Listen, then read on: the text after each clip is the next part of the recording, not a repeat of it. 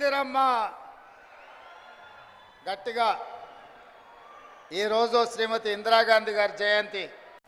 వారిని ఒక్కసారి గట్టిగా మనం అందరం స్మరించుకుందాం. జై ఇందిరమ్మ. మిత్రులారా, ఈరోజు ఇందిరమ్మ 107వ జయంతి. ఇందిరమ్మ అంటే ప్రపంచ దేశాలకు ఒక ఉక్కు మహిళ. కాంగ్రెస్ పార్టీ అధ్యక్షురాలుగా, ఈ దేశ ప్రధానమంత్రిగా వారు చివరి శ్వాస వదిలినప్పుడు తెలంగాణ ప్రాంతం మెదక్ పార్లమెంటు నియోజకవర్గానికి ప్రాతినిధ్యం వహిస్తూ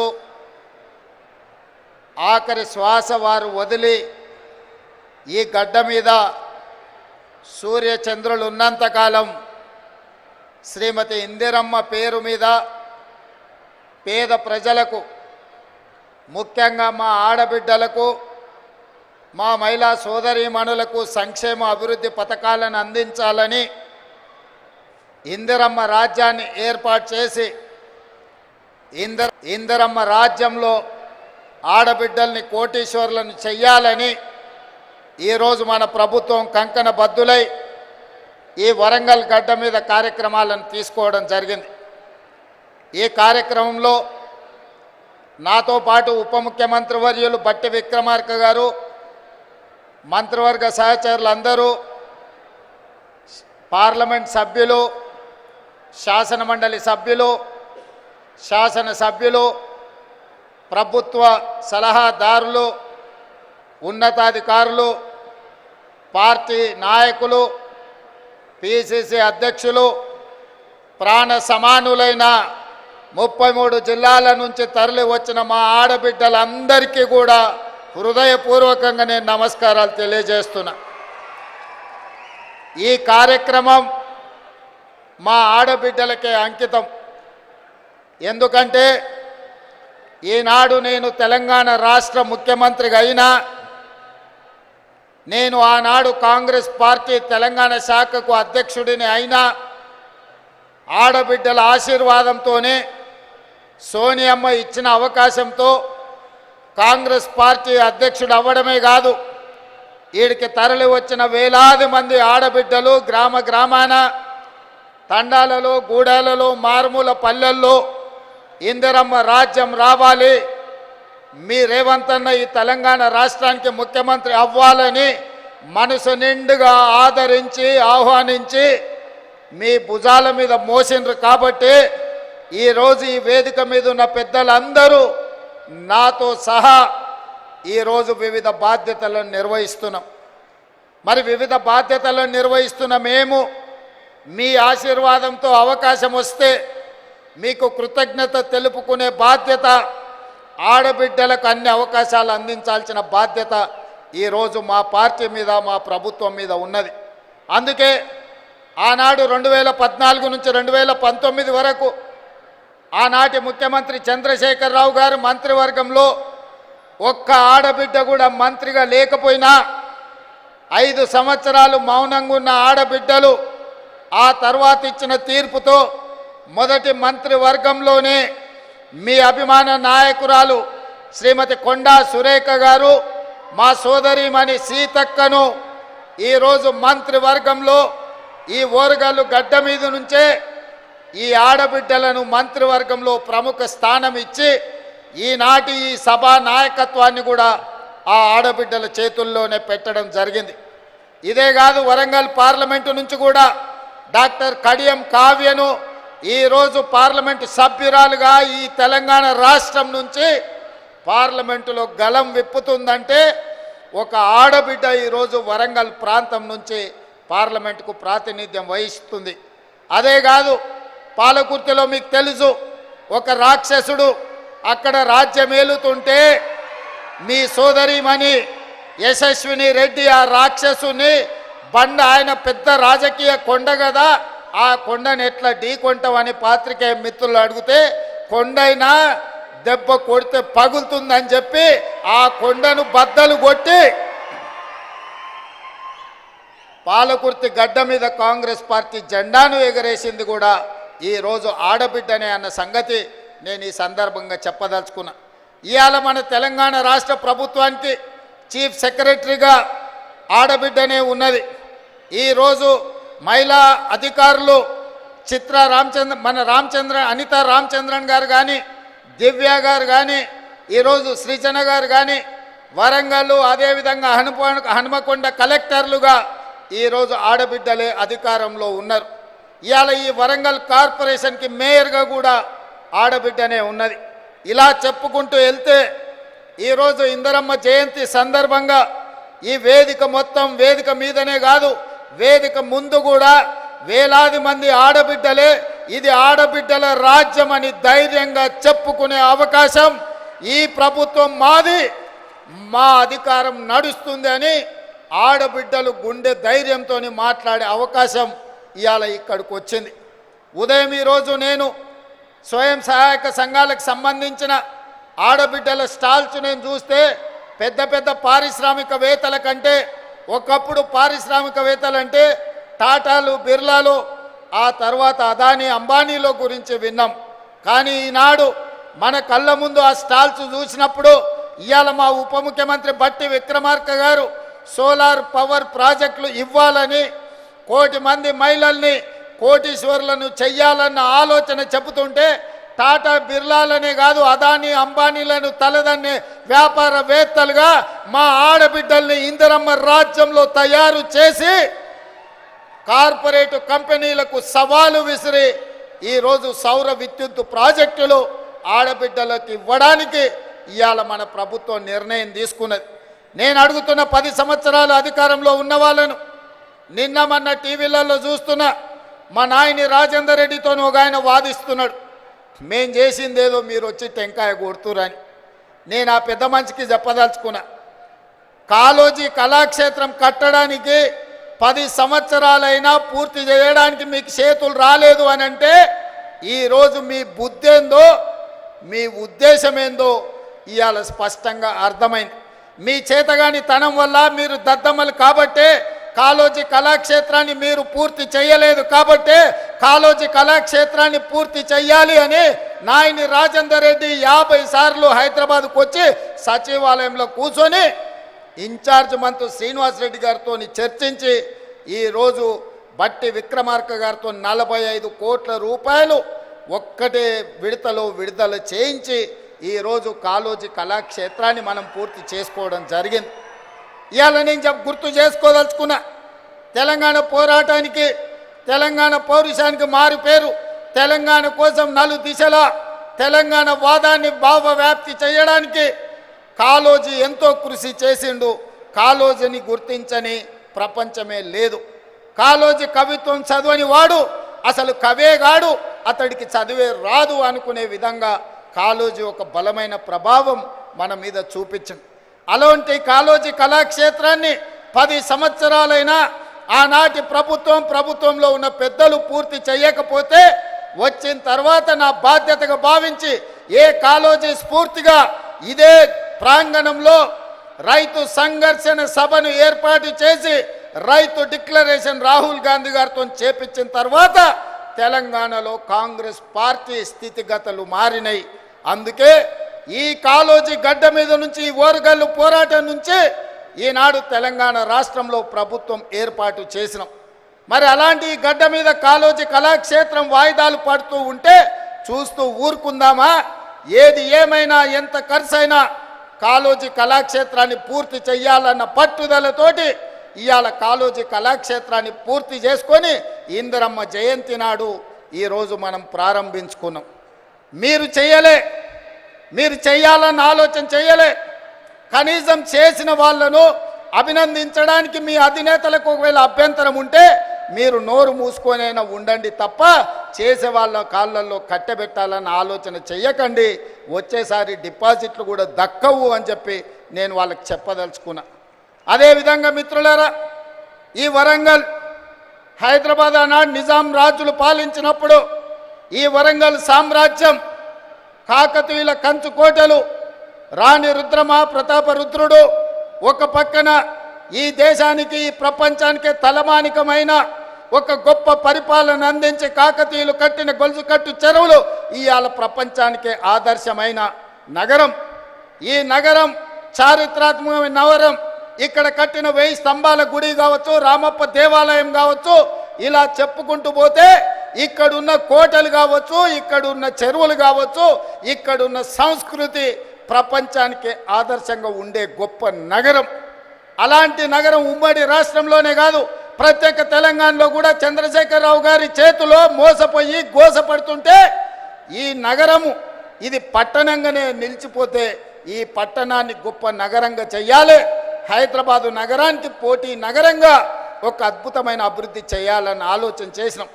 పదే పదే మీ ఎమ్మెల్యేలు అటు పెద్దలు కడియం శ్రీహరి గారు, నాయన రాజేందర్ రెడ్డి గారు, అదేవిధంగా కొండా సురేఖమ్మ గారు, ఈ ప్రాంతంలో ఉండే ఎమ్మెల్యేలందరూ అన్నా నువ్వేం చేసైనా వరంగల్ పట్టణాన్ని నగరంగా మార్చాలి, ఎయిర్పోర్టు రావాలి, పరిశ్రమలు రావాలి, మా పిల్లలకు ఉద్యోగాలు ఇవ్వాలి, కాకతీయ యూనివర్సిటీ ఉన్న ఓరుగల్లును అభివృద్ధి పదం వైపు మీరు నడిపించాలి అని వాళ్ళు నన్ను నిద్ర పోనీయకుట్ట, తిండి తిననీయకుట్ట నన్ను ముప్పు తిప్పలు పెట్టిరు. సూచన 2-3 సార్లు అడిగి వదిలేస్తారేమో, మర్చిపోతారేమో అని. కానీ వాళ్ళు మర్చిపోలే, నిత్యం గుర్తు చేస్తూనే కలిసినప్పుడల్లా కాగితం తెచ్చి ఇచ్చేటోళ్ళు. ఇక ఈ సమస్యకు పరిష్కారం ఈ పనులు చేయాల్సిందే అని నిర్ణయించి మీ ఇన్ఛార్జ్ మినిస్టర్ పొంగులేటి శ్రీనివాసరెడ్డి గారు చెప్పిన మీరు పోయి వరంగల్లో ఉండండి, మాస్టర్ ప్లాన్ను మీరు మొత్తం అనుమతించండి, ఔటర్ రింగ్ రోడ్డును ఏర్పాటు చేయడానికి అంచనాలు వేయండి, ఏర్పాటు కోసం భూములు సేకరించండి, వరంగల్లో అండర్ గ్రౌండ్ డ్రైనేజ్ను పూర్తి చేయండి, ఎన్ని పనులు చేయాలనో ఈ వరంగల్ పట్టణాన్ని నగరంగా మార్చాలి, హైదరాబాద్తో పోటీ పడాలి, ప్రపంచం దృష్టిలో ఇదొక చారిత్రాత్మకమైన నగరంగా తీర్చిదిద్దాలి అని పొంగులేటి శ్రీనివాసరెడ్డి గారికి ఆదేశాలు ఇస్తే వారు నిద్రపోకుండా రోజుల కొద్ది ఇక్కడ కూర్చొని అధికారులతోని సమీక్షలు చేసి ఇందులో విధానపరమైన నిర్ణయాలు మాత్రమే నేను మా మిత్రులు బట్టి విక్రమార్క గారు తీసుకున్నాం. కానీ దీని అభివృద్ధి పదం వైపు నడిపించడానికి అవసరమైన సమీక్షలు మీ ఎమ్మెల్యేలు, మీ మంత్రుల నేతృత్వంతో ఇన్ఛార్జ్ మినిస్టర్ పొంగులేటి శ్రీనివాసరెడ్డి గారు పూర్తి స్థాయిలో బాధ్యత తీసుకున్నారు. మా వరంగల్ మిత్రులందరినీ కూడా నేను అడుగుతున్నా, మీరు పెద్ద ఎత్తున చప్పట్లు కొట్టి అభినందించండి. ఎందుకంటే మీకోసం ఖమ్మం జిల్లా మీద కూడా దృష్టి పెట్టకుండా వరంగల్ జిల్లా మీద దృష్టి పెట్టి వరంగల్లో పనులు చెయ్యాలి అని కడియం శ్రీహరి గారు కలిసినప్పుడు వారు మాకు ముందు నుంచి చాలా సన్నిహితులు, మీకు తెలుసు. వారి పట్ల నాకున్న గౌరవం కూడా మీకు తెలుసు. వారు నాకు గుర్తు చేసి ఇవన్నీ చేయడం ద్వారా శాశ్వతంగా ప్రజల గుండెల్లో మనం నిలిచిపోతాం. మీ బాధ్యత, నీకు చిన్న వయసులో గొప్ప అవకాశం వచ్చింది, ఆనాడు మాకు అవకాశం వచ్చినా మేము చేయలేకపోయినాం, ఈనాడు మీరు చెయ్యి, మేము అండగా నిలబడతామని కడియం శ్రీహరి గారు నాతో 10 సార్లు మాట్లాడి ఇవాళ 5,500 కోట్లు, దాదాపుగా 6,000 కోట్ల రూపాయలు ఈ వరంగల్ నగరానికి ఇవాళ రాష్ట్ర ప్రభుత్వం మంజూరు చేసిందంటే వాళ్ళందరూ తీవ్రమైన కృషి వల్ల ఈరోజు మీకు దాదాపుగా 6,000 కోట్ల రూపాయలు వచ్చినాయి. అందుకే మిత్రులారా, ఈ వరంగల్ జిల్లా ప్రజలకు, ఈ ఉత్తర తెలంగాణ ప్రజలకు నేను ఒక్క మాట చెప్పదలుచుకున్నా. ఇది 2 శాసనసభ నియోజకవర్గాలకు సంబంధించిన అభివృద్ధి కాదు, మొత్తం ఉత్తర తెలంగాణకు సంబంధించిన ఆదిలాబాద్ కావచ్చు, ఖమ్మం కావచ్చు, కరీంనగర్ కావచ్చు, లేకపోతే వరంగల్ కావచ్చు, సగం నల్గొండ కావచ్చు. ఈ వరంగల్ ప్రాంతమే అత్యంత దగ్గరి ప్రాంతం. ఈడ జాతీయ స్థాయి ఎయిర్పోర్టు రావడం, జాతీయ స్థాయి పరిశ్రమలు రావడం, ఈ నగరంలో అండర్ గ్రౌండ్ డ్రైనేజ్ రావడం, కాకతీయ యూనివర్సిటీని అభివృద్ధి పదం వైపు నడిపిస్తే సగం తెలంగాణ అభివృద్ధి జరిగినట్టే. ఈ వరంగల్ అభివృద్ధి అనేది సగం తెలంగాణకు అభివృద్ధి చేసినట్టే అని భావించి ఈనాడు మా ప్రభుత్వం ఈ బాధ్యత తీసుకున్నది. ఇది పూర్తి చేసే వరకు నేను నిద్రపోను, మా అధికారులను, మా మంత్రులను నిద్రపోనీయనని మీకు నేను మాట ఇస్తున్నా. ఎందుకంటే నేను నిన్న మన మహారాష్ట్ర ఎన్నికల్లో పోయినా, ఎన్నికల్లో ఎక్కడ పోయినా ఎయిర్పోర్ట్లు ఉన్నాయి. నేను ముంబై, పూణేనే అనుకున్నా, కానీ సోలాపూర్ పోయినా, నాందేడ్ పోయినా, ఎక్కడికి పోయినా ప్రతి 100-150 కిలోమీటర్లకు బస్సు డిపోలు ఉన్నట్టు మహారాష్ట్రలో ఎయిర్పోర్టులు ఉన్నాయి. మన పక్కన ఉన్న ఆంధ్రప్రదేశ్లో ఆంధ్రప్రదేశ్లో విజయవాడలో ఉంది, అదేవిధంగా తిరుపతిలో ఉంది, కర్నూలులో ఉంది, కడపలో ఉంది, అదేవిధంగా విశాఖపట్నంలో ఉంది, రాజమండ్రిలో ఉంది, ఆంధ్రప్రదేశ్లో కూడా ఎన్నో ఎయిర్పోర్టులు ఉన్నాయి. ఈ రకంగా ఏ రాష్ట్రం తీసుకున్నా 5, 6, 10 ఎయిర్పోర్టులు ఉంటే తెలంగాణ రాష్ట్రంలో ఒకే ఒక్క ఎయిర్పోర్టు, అది హైదరాబాదు నగరంలో ఉంది. అందుకే నేను అడుగుతున్నా ఈ వేదిక మీద నుంచి కేంద్ర ప్రభుత్వాన్ని, ఇక్కడికి వచ్చిన మా తెలంగాణ ప్రజల్ని, మనకెందుకు ఉండకూడదు? హైదరాబాదే కాదు, వరంగల్లో, కొత్తగూడెంలో, అదేవిధంగా రామగుండంలో, ఆదిలాబాద్లో మనం కూడా 4 ఎయిర్పోర్ట్లు కట్టుకొని ప్రపంచంతో పోటీ పడి పెట్టుబడులు తెచ్చి పరిశ్రమలను ముందుకు తీసుకెళ్ళి ఈ తెలంగాణను అభివృద్ధి పదం వైపు నడిపించే బాధ్యత ఇందిరమ్మ రాజ్యంలో ప్రజా ప్రభుత్వం తీసుకుంటుందని చెప్పి నేను ఈ సందర్భంగా చెప్పదలుచుకున్నా. ఎవరైనా ఈ అభివృద్ధిలో కాళ్ళలో కట్టెబెట్టాలి, మేము చేయలేదు కాబట్టి వీళ్ళు కూడా చెయ్యొద్దు అని కుట్రలు కుతంత్రాలు చేస్తే వాళ్ళు ఊచలు లెక్క పెట్టాల్సి వస్తుందని చెప్పి నేను ఈ వేదిక మీద నుంచి స్పష్టంగా చెప్పదలుచుకున్నా. మీరు కుట్రలు చేయొచ్చు, మీరు కుతంత్రాలు చేయొచ్చు, అక్రమంగా సంపాదించిన సంపద పెట్టి కిరాయి మనుషులను దేవచ్చు. ఏమి చేసినా ఓ రోజు వెనుకో ఓ రోజు ముందో మీరు పన్నుతున్న కుట్రల్ని గుర్తిస్తాం, అందరిని బొక్కలో పెడతాం, ఊచలు లెక్క పెట్టిస్తాం అని చెప్పి నేను ఈ వేదిక మీద నుంచి స్పష్టంగా చెప్పదలుచుకున్నా. ఇవాళ ఒకడొకడు మాట్లాడుతున్నాడు. ఒక ఆయన పెద్ద మనిషి మా అన్నొచ్చి అన్నాడు, 10 నెలలనే తెలంగాణ ప్రజలు ఏం కోల్పోయారో వాళ్ళకి తెలిసిందని. ఏం కోల్పోయినరా? మా ఆడబిడ్డలకి ఇవాళ స్వేచ్ఛ వచ్చింది 10 ఏళ్ళ తర్వాత. సంఘాలలో ముందుకు వచ్చిండ్రు. మేము ఇవాళ ఆడబిడ్డల్ని కోటీశ్వరులను చేయాలనుకున్నాం. దాదాపుగా ఈ సంవత్సరంలో 34,000 కోట్ల రూపాయలు సంఘాలకు సహకారం అందించాలని ఇవాళ మేము అనుకున్నాం. ఆడబిడ్డలకు అదాని అంబానీలకే పరిమితమైన సోలార్ పవర్ ప్రాజెక్టులు ఇవాళ మా ఆడబిడ్డలకు మహిళా సంఘాలకు ఇచ్చి వాళ్ళని పారిశ్రామికవేత్తలను చేసి కోటీశ్వరులను చేయాలనుకున్నాం. ఇవాళ ఇదే కాదు, మా ఆడబిడ్డలు అమ్మగారింటికి పోవాలన్నా, దైవ దర్శనానికి పోవాలన్నా ఇంటి ఆయనని అడిగితే దసరాకి అడిగితే దీపావళి అనేటోడు, దీపావళికి అడిగితే సంక్రాంతి అనేటోడు, సంక్రాంతికి అంటే ఉగాది అనేటోడు, ఉగాదికి అడిగితే ఈ సంవత్సరం ఎందుకులే అనేటోడు. కానీ ఇవాళ ఈడ వేలాది మంది మా ఆడబిడ్డలు వచ్చారు. అక్క ఎవరైనా బస్సు ఎక్కితే ఒక్క పైస ఎవరైనా అడుగుతుర్రా? ఇవాళ ఈ తెలంగాణ రాష్ట్రంలో 1,10,00,000 మంది ఆడబిడ్డలు 3,700 కోట్ల రూపాయలు 11 నెలల మా పొన్నం ప్రభాకర్ గారి మంత్రివర్గంలో ఆడబిడ్డలకు ఉచిత బస్సు ప్రయాణానికి ఖర్చు పెట్టి ఈరోజు మా ఆడబిడ్డలు స్వేచ్ఛగా ఇంటైన పనికి వచ్చే లోప అమ్మగారింటికి పోయి అమ్మని చూసి వెనక్కి వచ్చేటంత వెసులుబాటు ఈరోజు మన ప్రభుత్వంలో వచ్చింది. ఇవాళ అట్లా అదే కాదు, రూపాయి కూడబెడితే మోడీ వచ్చి ఎత్తుకపోతున్నాడు. 12 నూరులు సిలిండర్ అయింది.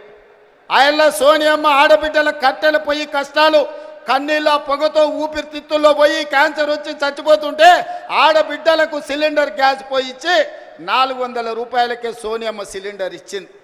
మోడీ వచ్చి 1200 చేసిండు. మరి ఆడబిడ్డల కష్టాలు చూసి ఇవాళ ఆడబిడ్డలకు 500 రూపాయలకే ఉత్తమ్ కుమార్ రెడ్డి గారి మంత్రివర్గంలో ఆడబిడ్డలకు 500 రూపాయలకి ఇవాళ మనం సిలిండర్ ఇస్తున్నాం.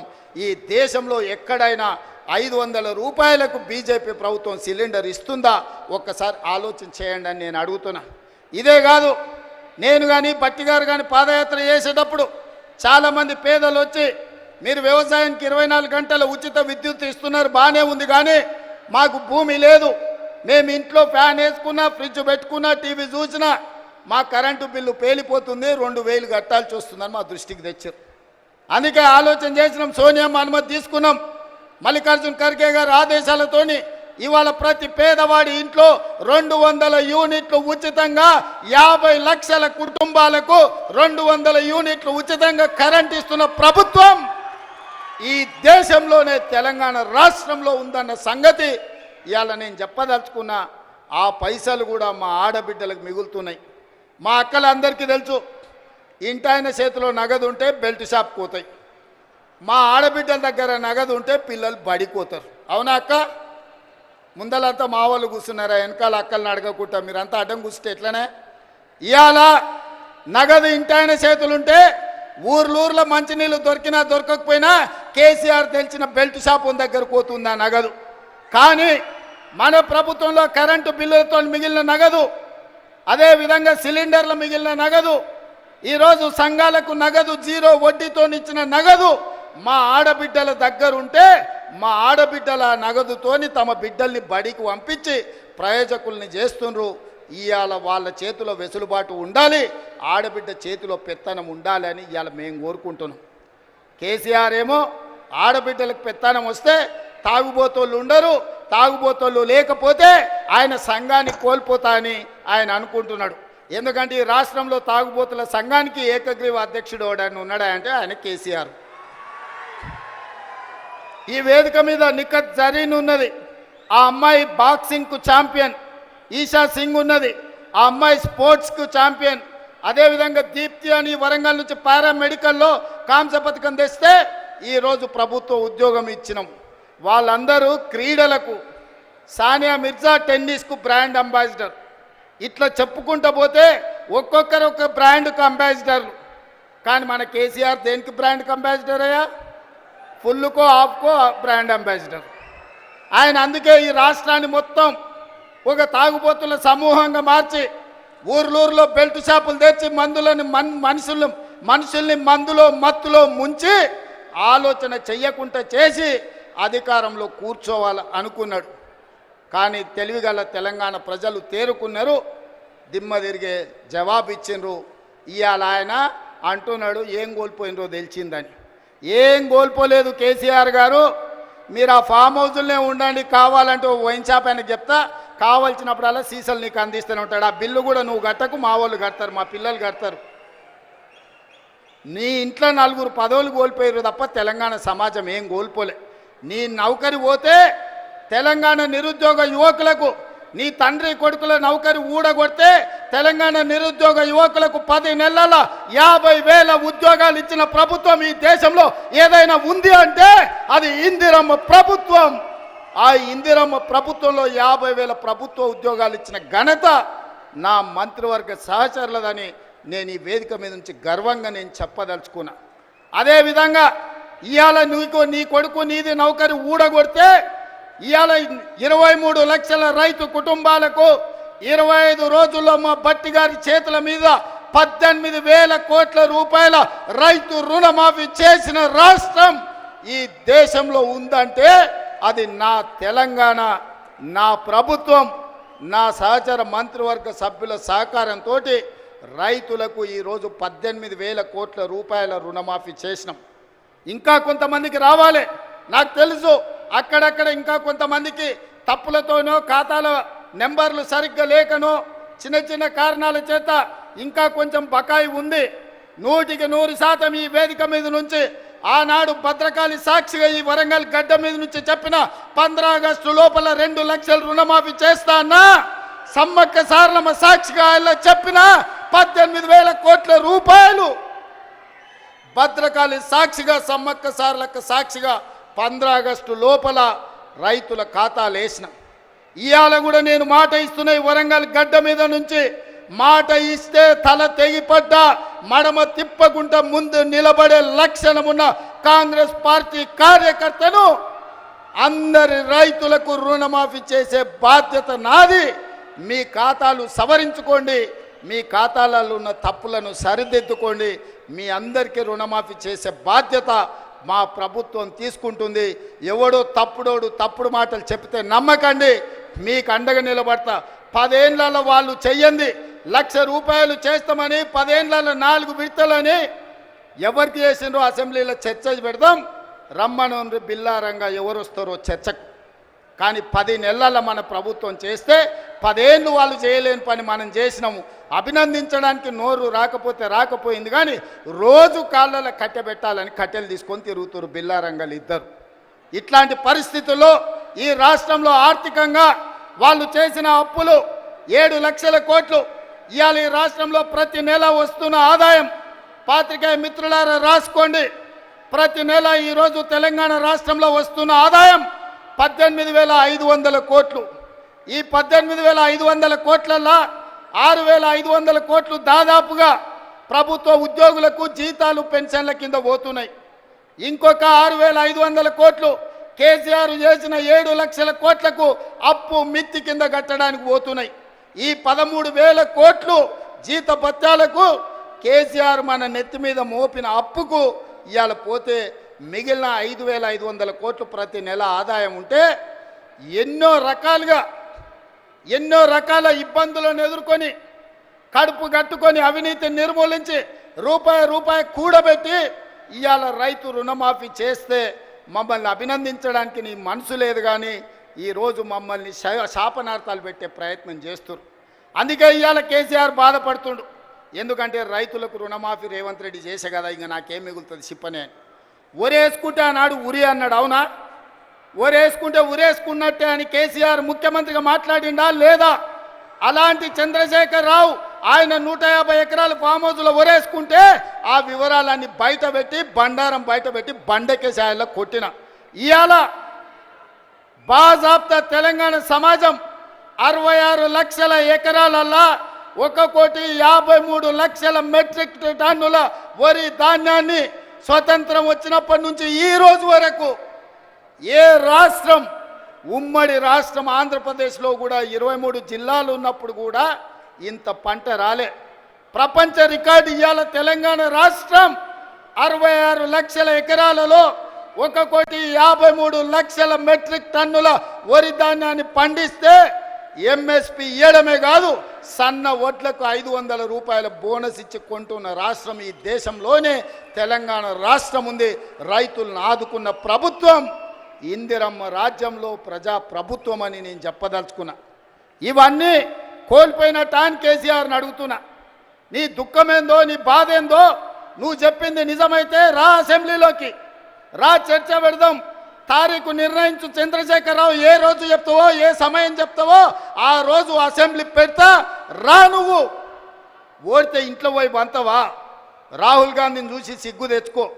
3 సార్లు ఓడిపోయినా ప్రతిపక్ష ఉండి కన్యాకుమారి నుంచి కశ్మీర్ వరకు 150 రోజులు 4,000 కిలోమీటర్లు మండు టెండల్లో మంచు కొండలో పాదయాత్ర చేసి ప్రజలకు అందుబాటులో ఉన్నోడు అంటే బాధ్యతాయుతమైన ప్రతిపక్ష నాయకుడు. అధికారంలో ఉంటే దోసుకుంటా, ప్రతిపక్షంలో ఉంటే ఫామ్ హౌస్లో వండుకుంటా. ఇదా నీ విధానం? నిజంగానే ప్రజలు కష్టాలలో ఉంటే ఫామ్ హౌస్లో గాడిది పండ్లు దొమ్ముతున్నావా? రా, ప్రజల్లోకి వచ్చి మాట్లాడు. ప్రతిపక్షంగా ఏం సూచన చేస్తావో చెయ్యి ప్రభుత్వానికి. మేము వినడానికి సిద్ధంగా ఉన్నాం. నువ్వు లేవనెత్తిన అంశాలు సహేతుకమైనవైతే సరిదిద్దడానికి సిద్ధంగా ఉన్నాం. నువ్వు రావు. ఆ చిల్లరగాళ్ళని ఇద్దరు ఊరి మీదకి వదిలిండి, అచ్చోసిన ఆంబోతులాక. ఊర్లలో దేవుళ్ళకి వదులుతారుగా దున్నపోతులని తెలుసు కదా, అది 7 చేనుల మేసి వచ్చినా ఏమనం. దేవరకు వదులుతాం కదా అచ్చోసిన వాటిని, దేవరకు వదిలే ఓ రోజు బలి ఇస్తారు. ఆ ఇద్దరిని అచ్చోసిన వాళ్ళలాక ఊరి మీదకి వదిలి ఈరోజు ఏది పడితే అది మాట్లాడుతారు. ఏమన్నా అర్థం పర్థం ఉందా? ఒక్కసారి ఆలోచన చేయండి మిత్రులారా. ఇంకా ఆ పక్కన లావు మనగాళ్ళు లడాయిపోతే వెనకాల 3 నూకుడు మనగాళ్ళంట. ఆయన కిషన్ రెడ్డి అనటాన్ని ఇంకొక ఆయన ఉన్నాడు. కేటీఆర్ ముందు రోజు మాట్లాడతాడు, రెండో రోజు కిషన్ రెడ్డి మాట్లాడతాడు. మనం గుజరాత్లో Sabarmati river development front Modi గారు అభివృద్ధి చేస్తే సప్పట్లు కొడతాడు. మా మోడీ చూడు గుజరాత్లో గొప్పగా చేసిండని. కానీ అదే Musi river development front Hyderabad నగరంలో ప్రపంచానికి ఆదర్శంగా ఉండేట్టుగా మనం చేద్దామంటే వద్దు, నేను అడ్డం పడుకుంటా అంటాడు. నేనన్నా నువ్వు మోడీ గులాంవా, గుజరాత్ గులాంవా, ఎందుకు అడ్డం పడుతున్నావని. సిగ్గు లేకుండా నేను మోడీ గులాంని అంటుండు. ఆయన నన్ను అంటుండు సోనియమ్మకు నువ్వు గులాంవా అని. నేను ఒక్క మాట ఈ వేదిక మీద నుంచి స్పష్టంగా చెప్పదలుచుకున్నా. 60 ఏళ్ళ ఆకాంక్ష, 1,200 మంది బిడ్డల ఆత్మ బలిదానాలు జరిగిన తెలంగాణ రాష్ట్రం రాకపోతే కన్న తల్లిగా గొప్ప మనసుతో ఆంధ్రప్రదేశ్లో పార్టీ చచ్చిపోయినా ఈ తెలంగాణ రాష్ట్రాన్ని ఇచ్చిన సోనియమ్మ మా అమ్మ, సోనియమ్మ మా అమ్మ, మా 4 కోట్ల తెలంగాణ బిడ్డలకు కన్న తల్లి. ఆమెకు ఊడిగం కాదు, ఆమె కాళ్ళు గడిగి ఆ నీళ్లు నెత్తి మీద చల్లుకున్నా అది తక్కువనే అవుతుంది. కిషన్ రెడ్డి, ఇప్పటికైనా నీ పాపాలు కడుక్కోవడానికి రా. సోనియమ్మ కాళ్ళు గడిగి మన ఇద్దరం నెత్తి మీద చల్లుకుంటే మోడీకి ఊడిగం చేసినందుకు కొంతైనా నీకు ప్రక్షాళన జరుగుద్ది అంటున్నా.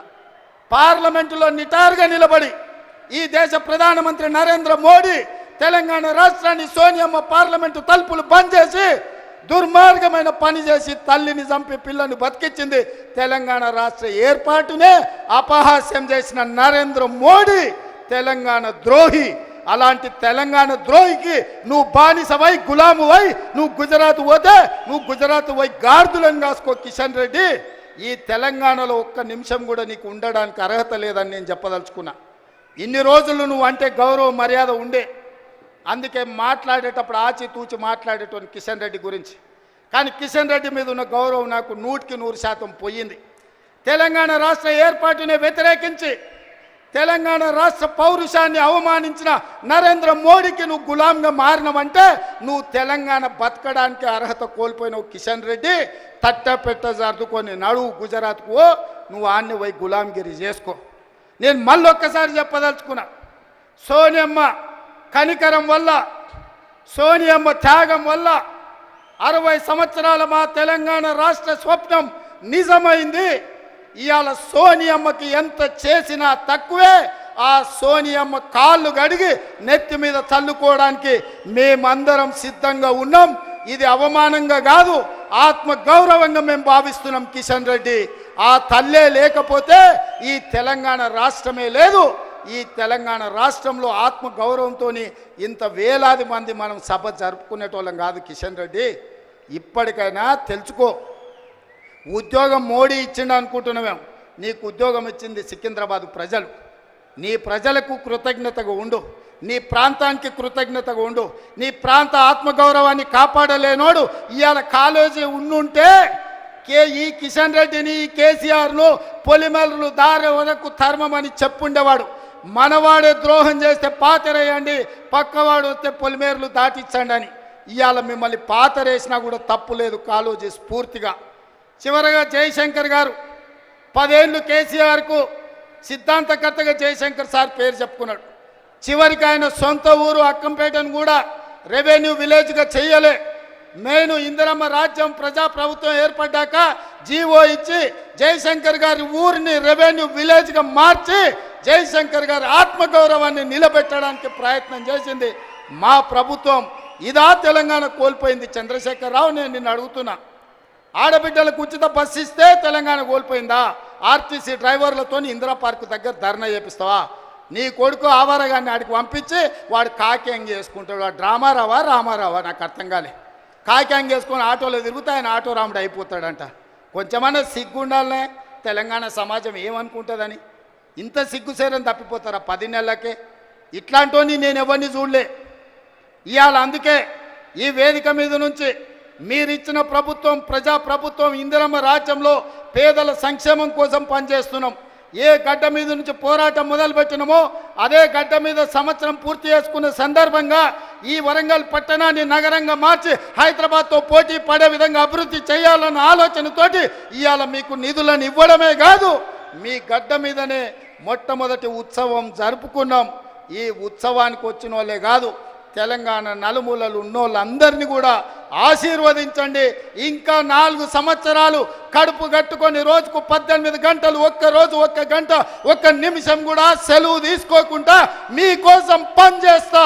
ఆఖరి శ్వాస వరకు, చివరి రక్త పొట్టు వరకు ఈ 4 కోట్ల తెలంగాణ బిడ్డల కోసమే నేను అంకితమై కేసీఆర్ అనే మొక్కను మళ్ళీ మొలవని తెలంగాణ రాష్ట్రంలో రాసి పెట్టుకోండి. చెప్పిన నాడు ఓడిస్తాని, ఓడించిన పార్లమెంటులో గుండు 0 అని చెప్పిన గుండు 0 తెచ్చిన ఇవాళ నీ పార్టీని మళ్ళీ మొలకెత్తని ఇయ్యనని ఈ వరంగల్ గడ్డ మీద నుంచే చెప్తున్న కేసీఆర్ కాసుకో. చూద్దాం ఏందో మా కార్యకర్తల పౌరుషమో, నీ తాగుబోతు విధానాలు, కుట్రలు, కుతంత్రాలు తేల్చుకుందాం. నువ్వు అనుకుంటున్నావేమో మౌనంగా ఫామ్ హౌస్లో వండుకుంటే నీ సంగతి నాకు తెలియదని. నీ ముందు తెలుసు, నీ వెనక తెలుసు, నీ ఉపాయం తెలుసు, నీ ఉబలాటం తెలుసు. అన్నిటికీ కుక్క కాటుకు చెప్పు దెబ్బ అనే మందు నా దగ్గర సిద్ధంగా ఉంది. తప్పకుండా నీకు పెడతా. రా అసెంబ్లీకి. మళ్ళొక్కసారి చెప్తున్నా, రాబోయే స్వామి అసెంబ్లీకి రా. చూస్తుందా ఎవడో ఇస్తే రాలే కుర్చీలకు.